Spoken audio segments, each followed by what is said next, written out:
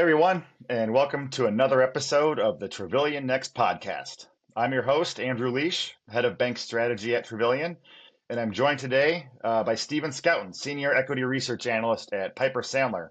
I've known him for many years. Stephen, thank you for joining us. Why don't you just provide a brief background on the regions of the country you cover and how long you've been at Piper, and then we'll go into focusing on bank stocks. Great. Yeah, thanks, Andrew. Appreciate you having me.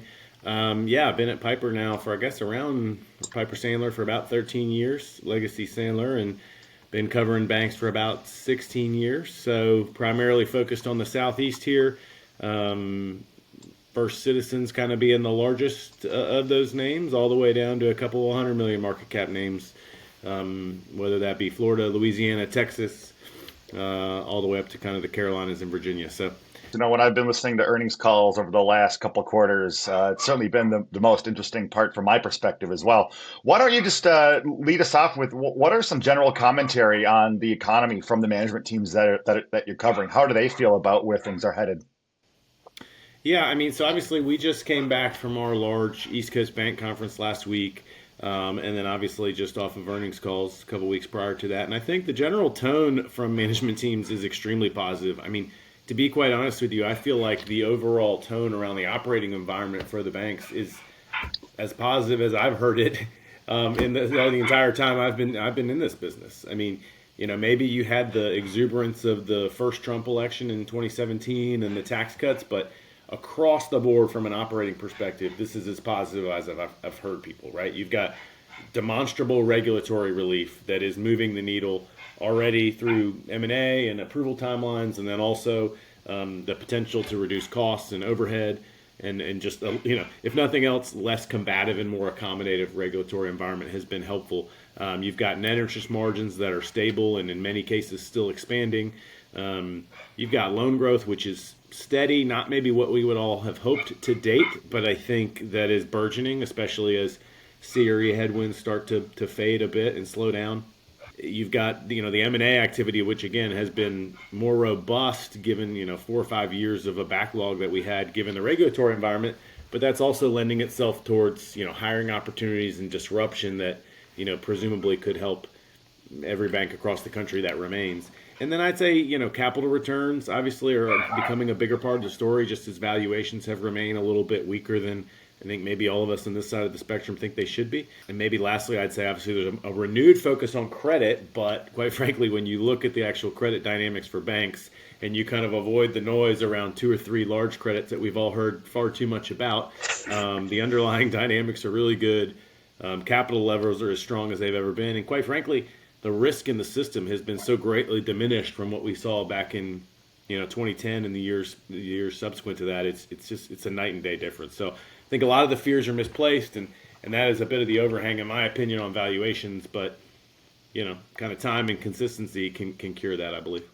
Yeah, you mentioned that the conference that you just hosted last week, heard it was pretty well attended. What sort of interest are you getting from generalists and bank stocks? Because I look at some of these valuations and they look great, really attractive for bank people like you and me. But what sort of interest are you getting from outside the bank focused industry investors? Yeah, that's the question I get more than any, especially from other generalists. They go, "Hey, make sure you call me when the generalists start calling." And then, at least from where I sit, that has not happened yet.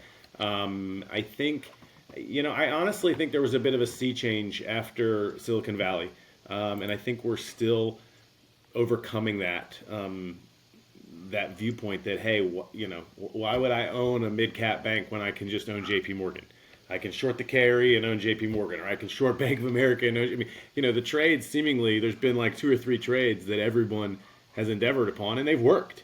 And so it's really hard to get people in these mid cap names, generalists in particular, that maybe don't have to own banks or can at least be underweight the banks, and don't want to get in a name that they think, hey, I saw Silicon Valley fail when I thought that was this great company that was achieving a lot of great things. So maybe I don't really understand what's transpiring underneath at some of these banks, and I don't want to get stuck in something that doesn't have the liquidity for me to exit. So, my hope has been that with interest rate cuts, that would kind of stimulate some of the demand from generalists, and in a way, the fact that we're trading at a discounted PE level relative to history could create some interest in that vein, that there is value to be obtained, but definitely have not seen it as of yet. And I think again, this First Brands and Tricolor and all these what I think are one-off kind of credit and fraud issues definitely pours cold water on I think some of that interest in the near term. Yeah, certainly the credit environment and those one-offs certainly can do so. All right, so yeah, we got rate cuts that you just mentioned. Presumably that should help a lot of banks, even some historically asset-sensitive names on margins. What's been the commentary out of there? How much are they able to pass on this rate cut onto the depositors? Is the competition still just going to outweigh that, and really they won't be able to pass on much at all? Yeah, I think I've been surprised by just how high the deposit betas have been to date on the first, the cuts we had. The first 100 basis points of cuts last year were, I mean, we saw nearly 60-70% betas in most of my names. And so I've been surprised, pleasantly surprised. And I think that probably continues for the next cut or two. As obviously as deposit rates continue to move lower, the ability to lower them further just mathematically becomes reduced. But I think to date, banks have been very pleased with what they've been able to obtain on the funding side, and quite frankly, that probably is partly due to the fact that loan demand hasn't really been there. So the competition for deposits, while it is always fierce, I think, and it's the fuel to the whole bank and the whole balance sheet, right? It's the cost of goods sold, and so these banks buy and sell money. If they can't buy the money at a reasonable price, it's hard to sell it. But if they're not selling it in the terms of loan demand, then they don't have to pay up as much in the interim. So I think for the near term, we'll continue to see stable and expanding NIMs, to your point, even on the asset sensitive names, just because of the degree of upside that there is still from a deposit beta perspective. Got it. And then on loan growth and loan demand, it's not really what we would have expected, but there's some. I guess what have you been hearing? Like, are there others? Are some growing faster than others, or is it just kind of subdued across the board? Yeah, I mean, I think, look, the Southeast is obviously growing better than most other parts of the country. We're continuing to have great population inflows.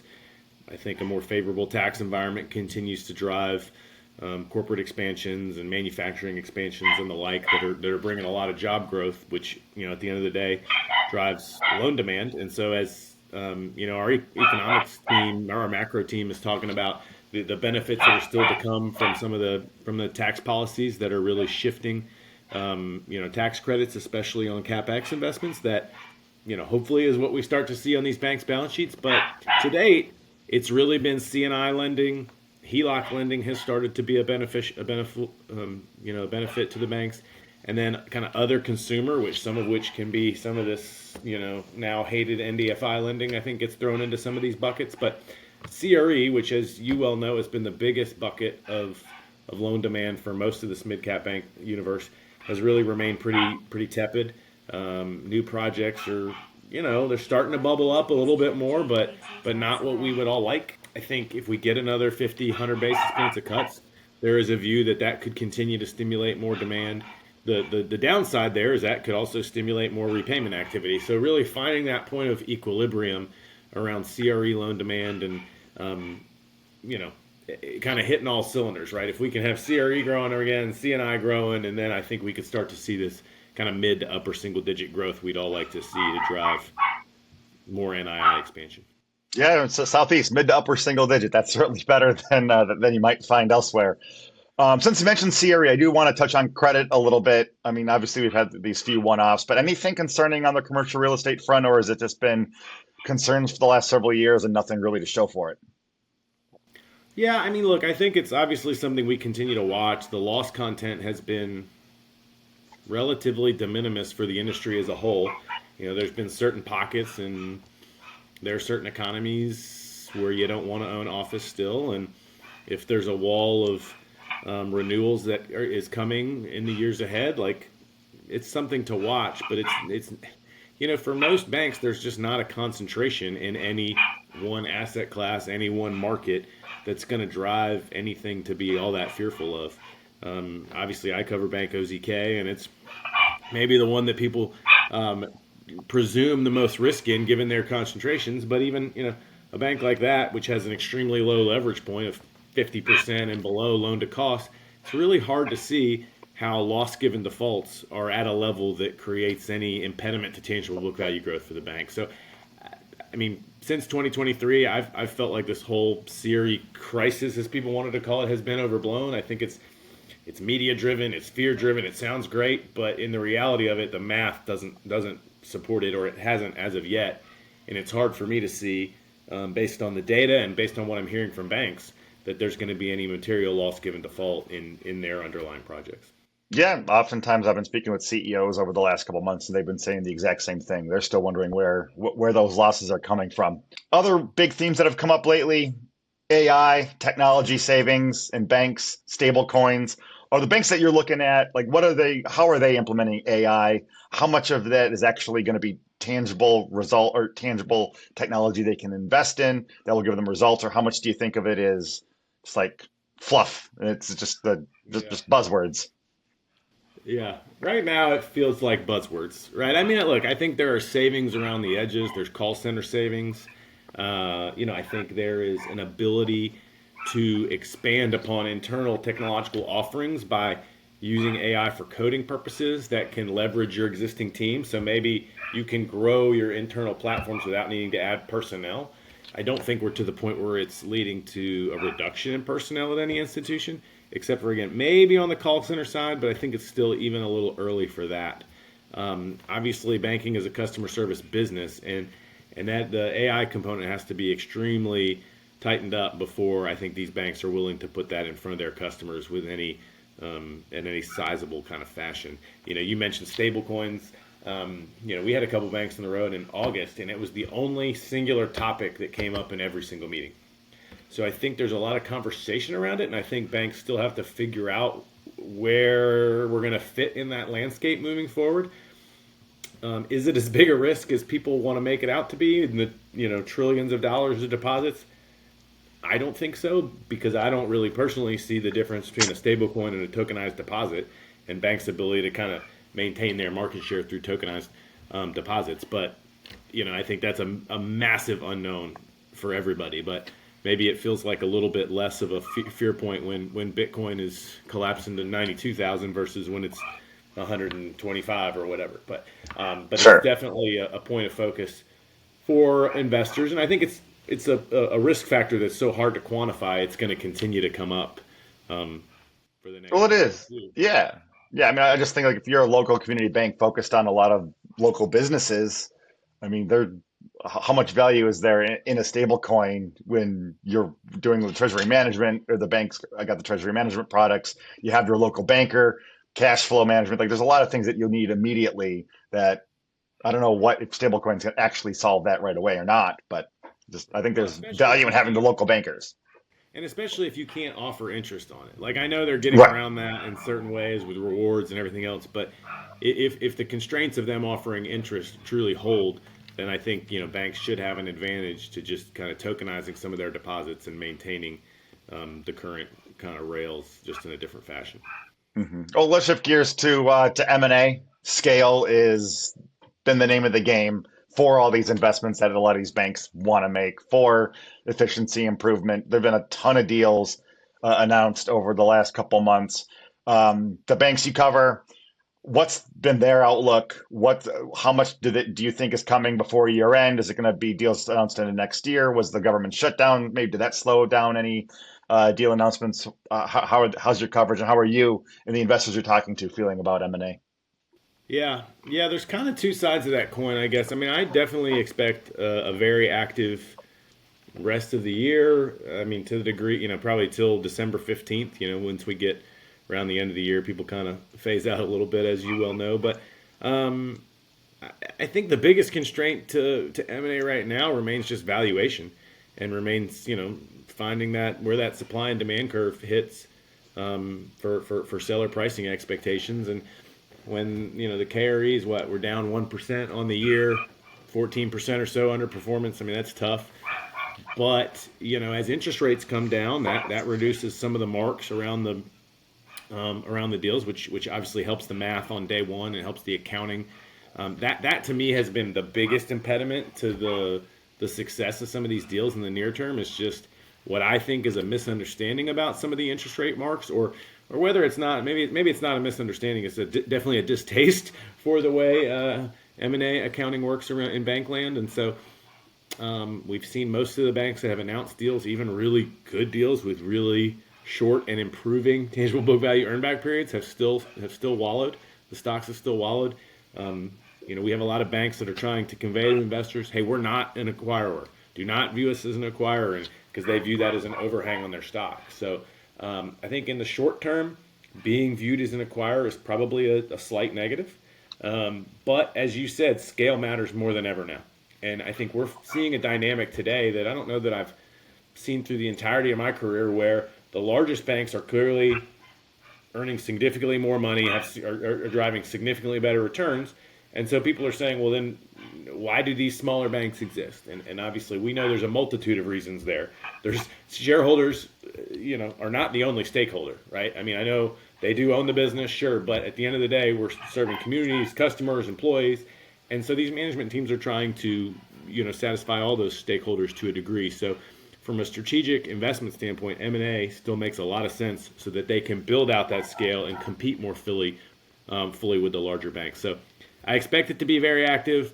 I think if we can get a 10% bump in public valuations for the group, that would help. We get another 50 basis points of rate cuts. That would help the math a lot, and hopefully those two things can happen in tandem. But the other part of that story is just the dislocation benefits and the disruption benefits. And so whether or not a bank is participating in M&A, they have a heightened focus on M&A in the way that it can help them from a talent and customer acquisition standpoint. Because when you have these larger regional banks coming into these smaller markets, the remaining banks see that as a massive opportunity for future growth. So they might not be an acquirer, but they sure want to see a lot of M&A activity.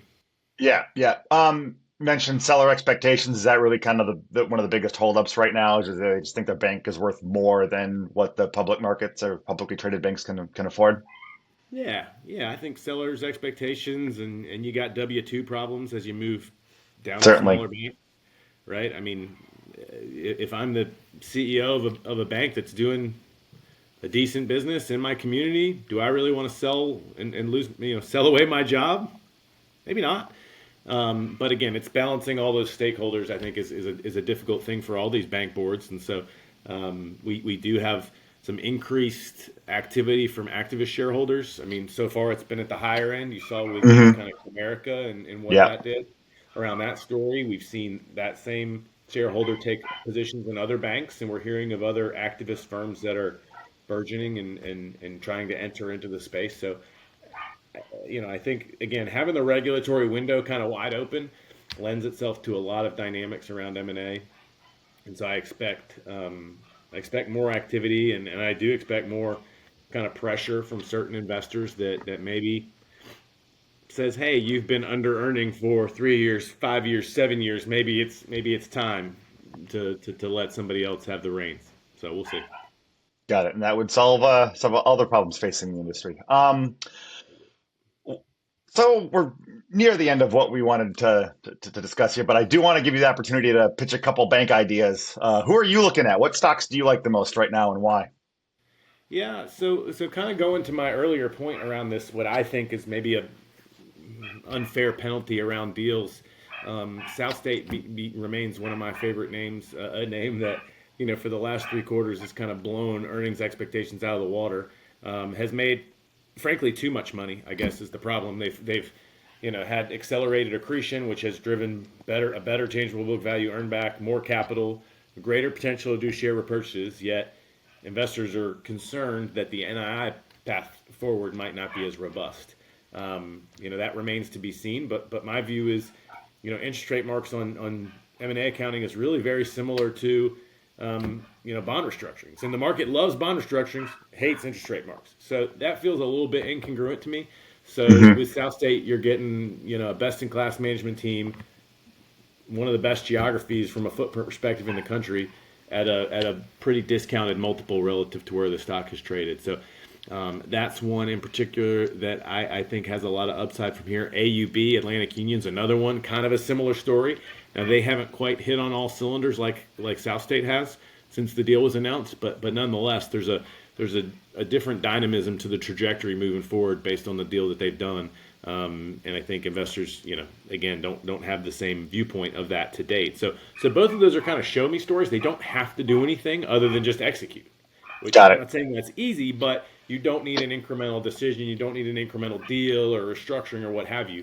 They just have to deliver on what they've already got kind of in front of them. Are you getting much investor interest on those two right now, or they're just telling you that they just want to wait and see? Yeah, I mean, I think that clearly the way the stocks have been trading, it's a wait and see. I think it could take till mid-year 26, right? One, we got to see the macro environment kind of stabilize, see where interest rates go. If we get a new Fed chair in March or what have you, and rates go down too far too fast, I think there's a big risk to the group as a whole.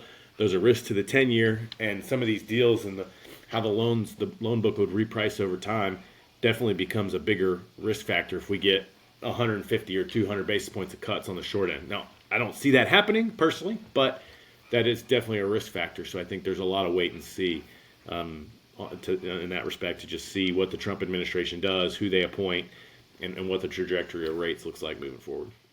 Got it. Real quick, since you mentioned share buybacks and securities restructurings, any commentary out of banks? Are you seeing more buyback announcements? Have banks talked about looking at their bond books at the end of the year and doing some securities restructurings heading into 26? Yeah, I mean, I think a lot of the banks that have wanted to do restructurings have probably done them at this point for the most part. We've seen a lot of sub debt repayments, just from balance sheet management. A lot of those things are, were taken out in 2020 and we're set to reprice higher. So, given the amount of capital and cash these banks have, that has been an increasing dynamic. I think where the rate environment is today, the bond restructurings maybe not as compelling as they were for those that might still have a little bit left to do. But the share repurchase commentary has been extremely active and aggressive over the last month or two in particular. As the stocks have been weaker, I think a lot of these banks are saying, to my starting point is the operating environment is pretty good. Like I don't want to say it's perfect. It's obviously not perfect. We'd like better growth, but man, earnings are really strong. Capital build, internal capital generation is fantastic. So okay, if you just hate the group and you hate bank stocks as an investment community, fine, we'll buy it back, and then we'll let you buy it, hopefully 20% higher down the road. So I definitely think, especially for larger banks, as CET1 levels are north of 10%, I think that feels like that number has moved down from maybe 10.5% was the hurdle at one point, and given the regulatory environment, that seems to be moving lower, and so you'll see more aggressive capital deployment as banks become more comfortable with a little bit lower capital ratios and taking advantage of kind of an opportunistic trading environment. Got it. And then with the sub debt repayment, just using capital and liquidity on hand, are you seeing many like refis or other forms of capital to do it? Does banks are just so well capitalized they just do it, just pay it back? Just so well capitalized, they've been using cash on hand, and yeah, we've seen a couple of new issuances, but not much. I mean, I think a lot of these things are, let's say, on average, coming from 5%, and they're going to reprice to 9, or some I've seen that would reprice to 10. So it doesn't make as much sense for them to hold them. And the internal capital generation is such that they can take them out, and they don't need the tier 2 treatment or otherwise. And there you have it. Yeah, great.